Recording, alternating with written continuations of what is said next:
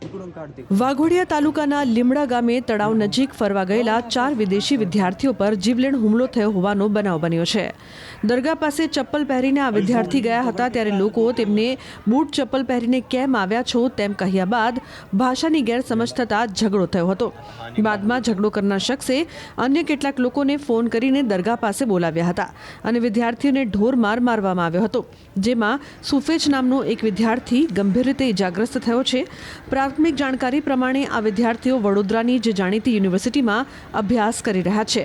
સમગ્ર મામલે યુનિવર્સિટીના કર્મચારીએ 10 અજાણ્યા શખ્સો સામે વાઘોડિયા પોલીસ સ્ટેશનમાં ફરિયાદ નોંધાવી છે। ત્યારે સમગ્ર મામલે પોલીસે વાયરલ વિડીયોના આધારે વધુ તપાસ હાથ ધરી છે। વિદેશી વિદ્યાર્થીઓને મારવા બાબતેનો એક ગુનો રજીસ્ટર કરવામાં આવેલો છે, જેની વિગત જોતા ધૂળેટીના સાંજના સમયે લીમડા ગામના તળાવ પાસે 4 વિદેશી વિદ્યાર્થીઓ પારુલના ગયેલા હતા અને તેઓએ ચપ્પલ પહેરેલા રાખેલા હતા અને બૂટ સમથિંગ પહેરેલું હતું અને નજીકમાં દરગાહ હતી તો એ લોકોને કોઈ બૂટ ચપ્પલ પહેરીને અહીંયા ફરવું નહીં એ બાબતે સ્થાનિક સાથે બોલાચાલી થયેલી હતી અને એ અનુસંધાને બંને વચ્ચે મારામારી થતાં જે વિદેશી વિદ્યાર્થી છે થાઈલેન્ડના એને માથાના ભાગે ઈજા થયેલાની વિગત જણાઈ આવેલ છે અને એ અનુસંધાને રાયોટિંગ વિથ ગુનો દાખલ કરવામાં આવેલો છે અને એ અનુસંધાને 5 જેટલા માણસોની ધરપકડ કરવામાં આવેલી છે અને 2 જુવેનાઇલ હતા તેમને નોટિસ આપવામાં આવેલી છે।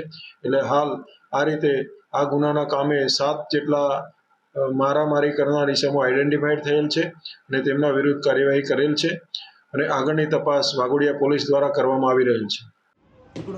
વાઘોડિયા તાલુકાના લીમડા ગામે તળાવ નજીક ફરવા ગયેલા 4 વિદેશી વિદ્યાર્થીઓ પર જીવલેણ હુમલો થયો હોવાનો બનાવ બન્યો છે।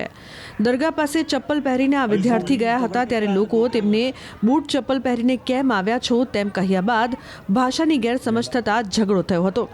બાદમાં ઝઘડો કરનાર શખ્સે અન્ય કેટલાક લોકોને ફોન કરીને દરગાહ પાસે બોલાવ્યા હતા અને વિદ્યાર્થીઓને ઢોર માર મારવામાં આવ્યો હતો, જેમાં સુફેજ નામનો એક વિદ્યાર્થી ગંભીર રીતે ઇજાગ્રસ્ત થયો છે। પ્રાથમિક જાણકારી પ્રમાણે આ વિદ્યાર્થીઓ વડોદરાની જ જાણીતી યુનિવર્સિટીમાં અભ્યાસ કરી રહ્યા છે। સમગ્ર મામલે યુનિવર્સિટીના કર્મચારીએ 10 અજાણ્યા શખ્સો સામે વાઘોડિયા પોલીસ સ્ટેશનમાં ફરિયાદ નોંધાવી છે। ત્યારે સમગ્ર મામલે પોલીસે વાયરલ વિડીયોના આધારે વધુ તપાસ હાથ ધરી છે।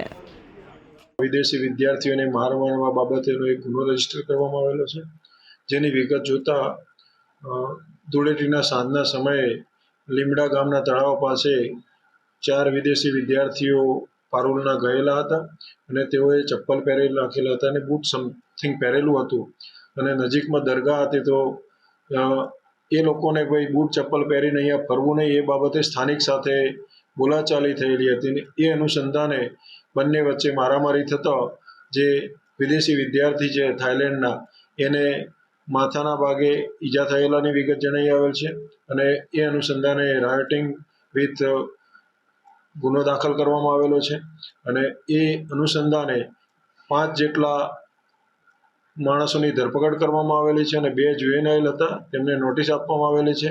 એટલે હાલ આ રીતે આ ગુનાના કામે 7 જેટલા મારામારી કરનાર ઇસમો આઈડેન્ટિફાઈડ થયેલ છે અને તેમના વિરુદ્ધ કાર્યવાહી કરેલ છે અને આગળની તપાસ વાઘોડિયા પોલીસ દ્વારા કરવામાં આવી રહેલ છે।